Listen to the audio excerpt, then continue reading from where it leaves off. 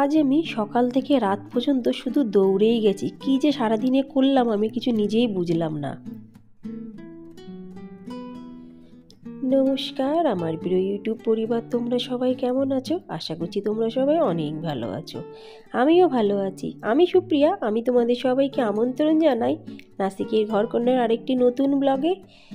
যে প্রান্ত থেকে আমার ভিডিওটি, আমার ব্লগটি দেখছো, আশা করছি তোমরাও সবাই অনেক ভালো আছো।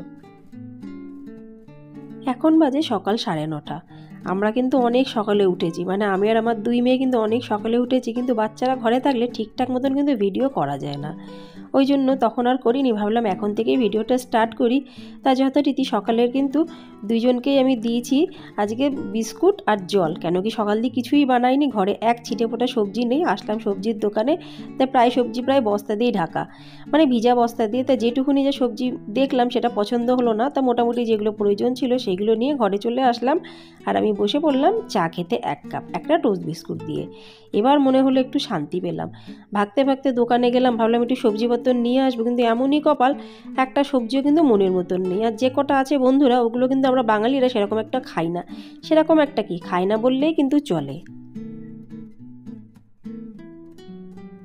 চা খাওয়া শেষ, তারপরে চলে গেলাম রান্নাঘরে মেয়েদের জন্য টিফিন বানাতে। এই দেখো মেয়েদের কিন্তু টিফিনে বানিয়ে দিলাম আজকে আমি চাউমিন, একদম সিম্পল ধরনের।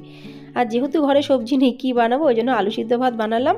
দুজনকে আলু সিদ্ধ ভাত একটু বাটার দিয়ে খাইয়ে দিলাম। আর কোনো টেনশন নেই, তারপরে পরে যা হবে রান্না করব। ডাল ভাত তো করেই ফেলতে পারবো। আর এখন চলে এসেছি এদের চুল আশ্রয় দিতে। চুলগুলোর যা অবস্থা, যেন মনে হচ্ছে ব্রহ্মজটা মাথায় বেঁধে আছে। কিন্তু কিছু বলা যাবে না, পরীক্ষাটা শেষ হয়ে যাক, আর ফাংশান আছে, অ্যানুয়াল ফাংশান, তারপরে তো আমি চুল কেটেই দেবো, যতই জেদ করুক না কেন। আর বড় মেয়েটির চুল কাটতে চাই, কিন্তু বলে মাম্মা স্কুলে না বড্ড চেরায়, মানে বলে যে ছোট চুল সে ছেলেদের মতন লাগে। এরও কিন্তু চুল কাটার আমার খুব ইচ্ছা আছে, দেখা যাক, সেটা পরের চিন্তা। আর এইটা হলো সকালবেলা বিছানার চাদরটাকে তুলে আমি সোফার পরে রেখেছিলাম, কেউ কিন্তু তুলে ভাঁজ করেনি।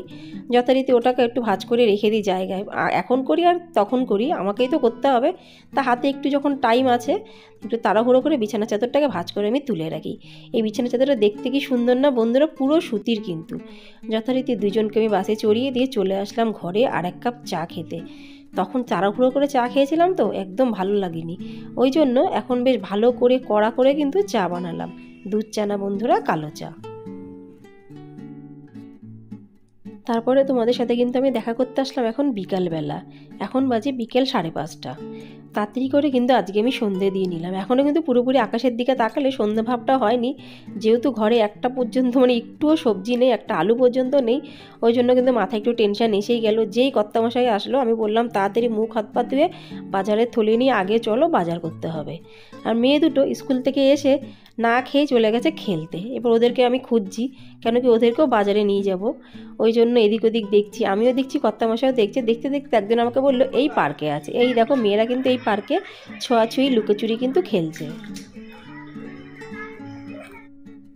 খেলতে খেলতে দেখলাম বড় মেয়েটি চলে আসো, বলে পাপা তাড়াতাড়ি চলো, না কিন্তু দেরি হয়ে যাচ্ছে, আর বাজারে গিয়ে কিন্তু আমাকেও কটা জিনিস কিনে দিতে হবে। ঠিক আছে, ওর কথা শুনলাম। এবার খুঁজছি ছোটো মেয়েটিকেও দেখলাম। এখন দুইজনকে নিয়ে চলে যাব বাজারের উদ্দেশ্যে। তার আগে দুইজনের ড্রেস চেঞ্জ করাতে হবে, কেন কি সে প্রায় মোটামুটি 1 থেকে 1.5 ঘন্টা ওরা কিন্তু এই পার্কে খেলছে। জামাকাপড় তো প্রচুর নোংরা, ওই জন্য হাত মুখ ধুয়ে জামাকাপড় চেঞ্জ করিয়ে তারপরে নিয়ে যাব বাজারে। আর এই দেখো হালকা হালকা কিন্তু সন্ধ্যা অটোমেটিক হয়ে আসছে। আর আমাদের সোসাইটিটা কিন্তু বন্ধুরা প্রচুর বড়, মানে অনেক বড়। আর দেখতেও কিন্তু খুব সুন্দর। আর অনেক ধরনের এখানে কিন্তু প্রোগ্রামও হয়। একটা ব্লকে কিন্তু তোমরা দেখতেই পেয়ে যাবে।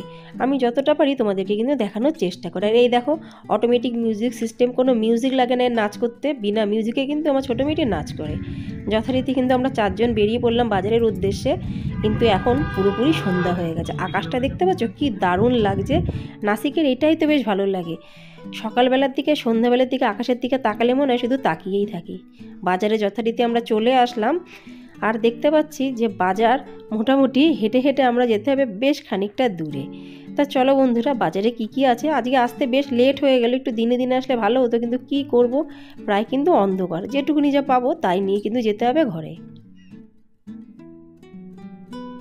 বাজার মানে এটা কিন্তু হাট, সপ্তাহে 2 দিন কিন্তু এই হাটটা বসে, রবিবার দিন আর বুধবার দিন। তা যেহেতু আজকে বুধবার ওই জন্য কিন্তু এই হাটটা পেয়েছি। আর এখানে হাট কিন্তু শুরু হয় সকাল 4:30-5টা থেকে রাত্রি 8:30-9টা পর্যন্ত। আর রাত্রিবেলার দিকে কিন্তু সেরকম একটা কিছুই থাকে না, যেহেতু এটা পুরো কৃষকরাই সরাসরি তাদের ক্ষেতের থেকে জিনিস নিয়ে আসে। আর তারপরে হাঁটতে হাঁটতে চলে আসলাম মাছের এখানে। অন্য অন্য মাছের জায়গাও আছে কিন্তু সেগুলো সামুদ্রিক মাছ, আর এই জায়গাটা এই দাদারা কিন্তু ড্যামের থেকে মাছ নিয়ে আসে। কাতলা মাছ নিয়ে আসেনি, বলছে কাতলা মাছ আজকে আনিনি, তেলাপিয়া আছে। তা যথারীতি একটা তেলাপিয়া মাছ নিলাম। কিছুই কাটার কিছুই কোনো অসুবিধা নেই, এখান দিয়ে কেটে কুটে নিয়ে যাব। তারপর এখান দিয়ে খানিকটা সবজি, ওইখান দিয়ে খানিকটা সবজি, বেশ খানিকটা কিন্তু সবজি নিলাম, নিয়ে দেখছি আরও কী কী পাওয়া যায়।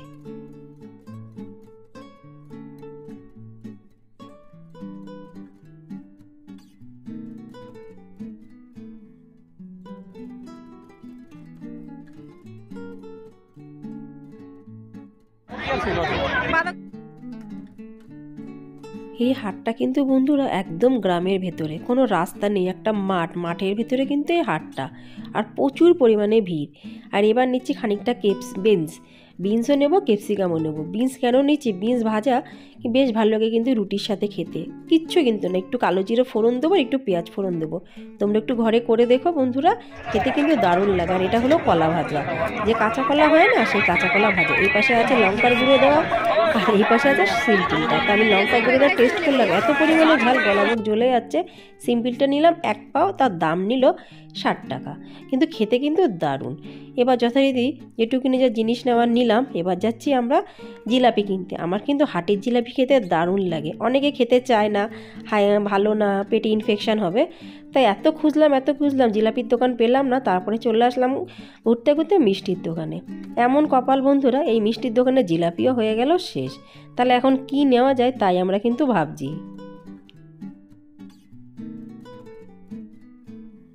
আমরা বাঙালিরা হলাম মিষ্টি পাগল। তা সবার আগে এসেই আমরা একটা একটা করে গোলাপজাম কিন্তু খেয়ে নিলাম। একটা গোলাপজামের দাম যেন কত, 22 টাকা। আর কতই বা খাওয়া যায় বলো, একটা মানুষ কত খেতে পারে পয়সা দিয়ে। ওই জন্য একটা করে গোলাপজামুন খেয়ে মুখে হাসি নিয়ে পেটে খিদে নিয়ে আমরা বেরিয়ে পড়লাম। আর নিলাম 1 পাও বুন্দি। এই দেখো 1 পাও বুন্দি, এর দাম নিল 80 টাকা। তো অনেকটা দাম পড়ে গেল, ওই জন্য নানা করতে করতে চলে গেলাম। আর একটু মিষ্টি খেতে পারতাম কিন্তু খেলাম না, কিচ্ছু করার নেই। বাজার থেকে না আজকে ফুল কিনতে ভুলে গেছি, ওই জন্য একটু যাব ফুলের দোকানে। কারণ সপ্তাহের ফুলটাও কিন্তু আমি বাজার থেকেই মোটামুটি কিনে নিই। বেশ খানিকটা ফুল কিন্তু এখানে পাওয়া যায়, কিন্তু দোকান থেকে কিনলে অনেকটা কিন্তু কম ফুল পাওয়া যায়। যাই হোক, চলো এবার একটু ফুলের দোকানে যাওয়া যাক। ঘুরতে ঘুরতে চলে আসলাম ফুলের দোকানে। এই আন্টিটাকে বললাম 20 টাকার ফুল দিতে, বেশ খানিকটা কিন্তু ফুল দেবে। আর হাটের থেকে কিনলে কিন্তু আরও ফুল পাওয়া যেত। এখানে কিন্তু ফুলও প্রচুর সস্তা, সবজি ফলের মতন। তো বন্ধুরা, আজকে এই পর্যন্তই। পুরো বাজার কি করলাম সেগুলো কিন্তু তোমাদের সাথে আমি পুরো শেয়ার করলাম। আশা রাখছি আজকের এই নতুন ধরনের ব্লগটি অবশ্যই তোমাদের ভালো লাগবে। ভালো লাগলে লাইক, সাবস্ক্রাইব, শেয়ার, কমেন্টস করতে একদমই ভুলো না। আবার দেখা হবে পরবর্তী ব্লগে। ততক্ষণের জন্য নমস্কার বন্ধুরা।